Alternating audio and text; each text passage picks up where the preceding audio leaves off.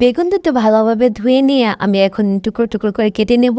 মাঝখান দিয়ে কাটার কারণ হলো গিয়ে বেগুন অনেক সময় পোকা থাকে, গোল গোল গোল কাটলে মাঝখান থেকে কাটলে বেগুনগুলো সুন্দর লাগে না। এই জন্য আমি এই মাঝখান দিয়ে কেটে নিয়েছি। এই যে দেখুন বেগুনের ভেতর পোকা দেখতেই পাচ্ছেন।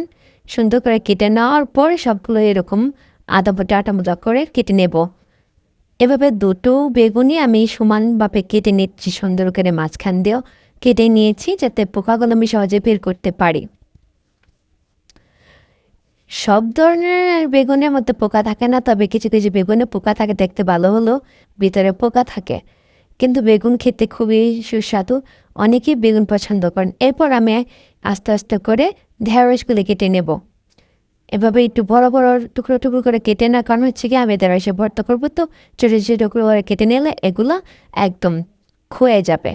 এই জন্য এটা সুন্দরভাবে আমি সেদ্ধ করতে পারি, এই যে না একটু বড় বড় টুকরো করে কেটে নিয়েছি। তবে অল্প পরিমাণে নিয়েছি কারণ আমাদের বাসায় মানুষ কম। এরপর আমি ফ্রাই প্যানে অল্প একটু তেল দিয়ে ডিমগুলো ভেজে নেব। তবে হ্যাঁ, আমি ডিমের ভিডিওটা করতে ভুলে গিয়েছি, কারণ আমার কাছে সময় ছিল না, আমি অনেক কাজ করেছি এর মধ্যে। এর ফাঁকে দিয়ে আমি এটা সিদ্ধ করে নিয়েছিলাম। এই যে দেখতে পাচ্ছি না, আমি দুটো ডিম সুন্দর করে হালকাভাবে ভেজে নিচ্ছি। বেশি করে ভাজলে কি হয়, উপরেরটা শক্ত হয়ে যায়, উপরের চামড়াটা শক্ত হয়ে গেলে খেতে ভালো লাগে না। এই জন্য আমি হালকা পরিমাণে ভেজে নেব। এভাবে হালকা পরিমাণে একটু লালচে রঙের হলে নামিয়ে ফেলে। এভাবে ঘন ঘন নাড়ার কারণ হলো গিয়ে ডিম ভাজতে গেলে কী হয়, অনেক সময় ছিটে আসে গরম তেল। এই জন্য ঘন ঘন নাড়তে থাকলে তেলটা ছিটে আসে না। ডিমটা ভাজা হয়ে গেলে সেই তেলের মধ্যেই আমি মেখে রাখা বেগুনগুলি দিয়ে দেবো একটা একটা করে। আমি আগে থেকে বেগুনগুলি সুন্দর করে অল্প হলুদের গুঁড়ো, অল্প মরিচের গুঁড়ো, তারপর লবণ দিয়ে মেখে রেখেছিলাম। এরপর এইভাবে আস্তে আস্তে করে পুরোটা ফ্রাই প্যানে আমি দিয়ে দেবো। আপনারা চাইলে দেওয়ার পর ডেকেও রাখতে পারবেন, ডেকে রাখলে সিদ্ধ হয়ে যায় তার থেকে, কিন্তু আমার কাছে এভাবেই সিদ্ধ হয়ে যায়, আমি ডেকে রাখি না। কিন্তু আমার মা সামনে থাকলে আমি ডেকে রাখি, তো মা কাজের মধ্যে ভুল করে। এখন মানে আমি আমার মন মতো করে রান্না করতেছি, আমার ঢেকে রাখতে হয় না, এভাবে বেগুন সিদ্ধ হয়ে যায়। তবে হ্যাঁ, বেগুন ভাজার সময় মানে গ্যাসের পরিমাণটা, আগুনের পরিমাণটা কমিয়ে নেবেন।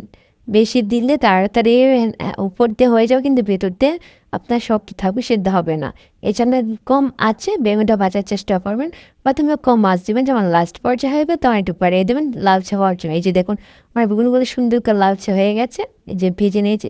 মাঝখান থেকে পেয়ারাটা দেখানোর কারণ হলে গিয়ে আমাদের ছোটো গাছ থেকে পেয়ারা পেয়ে নিয়ে এসেছিল আমার জন্য, তা দেখিয়েছিলাম। এরপর রান্না অন্য একটা কড়াইয়ের মধ্যে ডিম দুটো ভুনা করার জন্য পেঁয়াজ কুচি দিয়ে হালকা ভেজে নিয়ে এর মধ্যে কাঁচামরিচ না, মানে লাল মরিচ, মরিচের ফাঁকে হলুদ ফাঁকি দিয়ে দিচ্ছি। মরিচের ফাঁকিটা বেশি দিচ্ছি কারণ আমি আজকে ঝাল করে ডিম দুটো ভুনা করবো। অনেকদিন ধরে কোস্ত পোলাও বাসায় খেতে খেতে সবাই বোরিং হয়ে গেছে, তাই ভাবলো আজকে সবাই কিছুটা ঝাল ভর্তা টাইপের ভাত খাবে, এই জন্য আজকে এগুলা করা। এবার আমি ভর্তাগুলো করে নিচ্ছি। মরিচ, শুকনো মরিচ আর পেঁয়াজ কুচি একসাথে দিয়ে মেখে নিয়ে, লবণ দিয়ে মেখে নিয়ে এরপর ধনিয়া পাতা দিয়ে দিলাম, ধনিয়া পাতাটা আমাদের গাছে ছিল। এরপর সরিষার তেল দিয়ে আলুগুলো থেতো করে একসাথে মিক্স করে নিলাম, সুন্দর করে মাখিয়ে নিচ্ছি যাতে ভর্তাটা খেতে ভালো হয়। দেখছেন থেকে তো লোভনীয় হচ্ছে ভর্তাটা, কেউ আবার জল ফেলে দিন না যেভাবে। এইটা মাখা হয়ে গেলেই তারপর আমরা শুরু করে দেবো ঢেঁড়স ভর্তা। হ্যাঁ, আমি এর আগে একটা শুটকি ভর্তা করেছিলাম, তবে এটা আমি করতে পারিনি ভিডিওটা, কারণ আমার মা আগেই করে নিয়েছিলেন ভর্তাটা, সেই জন্য আমি করতে পারি নাই। আমাদের বাসায় সবসময় ভর্তা খাওয়া হয় না, সপ্তাহে 15 দিন একদিন ভর্তা খাওয়া হয়। এই যে দেখুন এখন আমি ঢেঁড়স ভর্তাগুলো করে নিচ্ছি সুন্দর করে। আমরা মরিচের পরিমাণটা খাই, তাই পরে মরিচটা পরিমাণে কম দিয়ে নিচ্ছি। এই যে দেখুন রেডি, বাই।